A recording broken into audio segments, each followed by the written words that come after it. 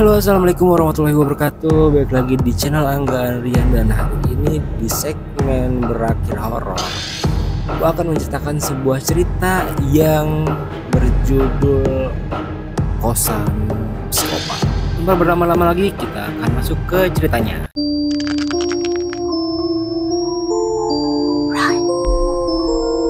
Rita berasal dari sebuah desa kecil yang terpencil di dalam pedalaman Jawa Tengah. Desa itu bernama Karangjati, tempat yang dikelilingi oleh hutan lebat dan sering diselimuti kabut tebal setiap pagi. Sejak kecil, ia sudah terbiasa dengan cerita-cerita mistis yang diwariskan turun-temurun. Salah satu kisah yang paling terkenal adalah tentang penghuni malam. Sosok tak kasat mata yang konon akan mengambil jiwa orang-orang yang berani keluar rumah setengah malam. Tadi dia nggak boleh nih keluar malam karena emang di daerahnya Rita tumbuh sebagai anak yang pendiam, tetapi memiliki rasa ingin tahu yang besar. Karena kepo kali ya, namanya buat anak-anak kecil kayak gitu. Ia sering bermain di sekitar hutan meskipun dilarang ibunya. Suatu sore saat berusia 10 tahun, ia tersesat dalam hutan dan menemukan sebuah rumah kayu tua yang hampir runtuh. Dari dalam rumah itu, ia mendengar suara bisikan suara yang memanggil namanya. Jadi dia penasaran tuh, kayak ada yang manggil. Ternyata emang itu sih, lagi emang pengen dia.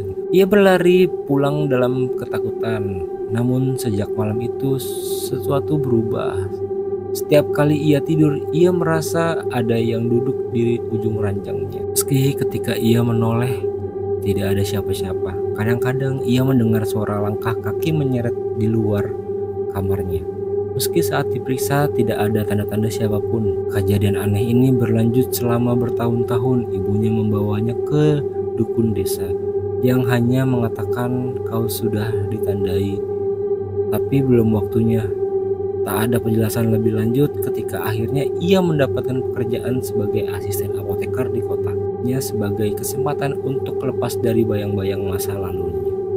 Namun ia tak menyadari bahwa sesuatu yang telah mengikut. Hujan deras mengguyur kota saat Rita tiba di rumah kos barunya. Bangunan tua itu tampak lebih suram dari yang ia bayangkan. Pelang bertulisan Kos Melati Indah berayun perlahan tertepa angin, menimbulkan bunyi mencicit yang menusuk telinga. Udara di sekitarnya terasa lebih dingin daripada seharusnya. Jadi Rita nih sebenarnya dia udah punya indera ke-6 ya. Jadi dia pas setelah lulus dapat kesempatan untuk kerja di sebuah kota. Bu Sari pemilik kos menyambutnya dengan senyum yang terasa aneh, terlalu lebar seperti dipaksakan. Serem banget. Matanya yang keruh menatapnya terlalu lama. Kau boleh pilih kamar yang paling atas, katanya pelan, seolah ada yang mengawasinya. Saat menaiki tangga kayu yang berdenyit, Rita merasa seorang berdiri di belakangnya. Namun ketika ia menoleh, lorong di bawah kosong. Ini sinyal-sinyal kodam yang ngikut kali ya. Malam pertama berlalu tanpa gangguan. Namun ketika Rita turun ke dapur, keesokan paginya, ia melihat seorang gadis pucat duduk di meja makan. Matanya hitam legam, tidak memiliki bagian putih sama sekali. "Hai, aku Sinta," katanya dengan suara yang terlalu berat untuk tubuh sekecil itu. Anak baru juga. Rita mengangguk pelan, ada sesuatu yang tidak beres. Ketika Rita menoleh, Sinta memberikan sinyal yang kurang baik ketika ia sedang menatap Rita seakan ingin menyantapnya. Ngeri amat. Hari-hari berlalu, para penghuni kos lain tanpa aneh. Mereka berbicara dalam bisik, kayak hening tapi dia ngomong satu sama lain tapi gak ada suaranya gitu ya. Seringkali berhenti berbicara saat Rita masuk ruangan. Suatu malam, ia terbangun oleh suara langkah kaki yang menyeret di luar kamarnya. Saat mengintip dari celah pintu, ia melihat sosok berdiri diam di lorong. Tubuhnya membelakangi. Pelan-pelan kepala sosok itu berputar, bukan berbalik, tetapi benar-benar berputar sehingga wajahnya menghadap ke belakang, matanya menatap langsung ke arah Lita. Lita terlempar ke belakang ketakutan ketika ia melihat kembali ke lorong. Sosok itu sudah menghilang. Tiba-tiba zelap hilang. Namun ada sesuatu yang menggores di pintunya. Bukan hanya kau yang ditandai.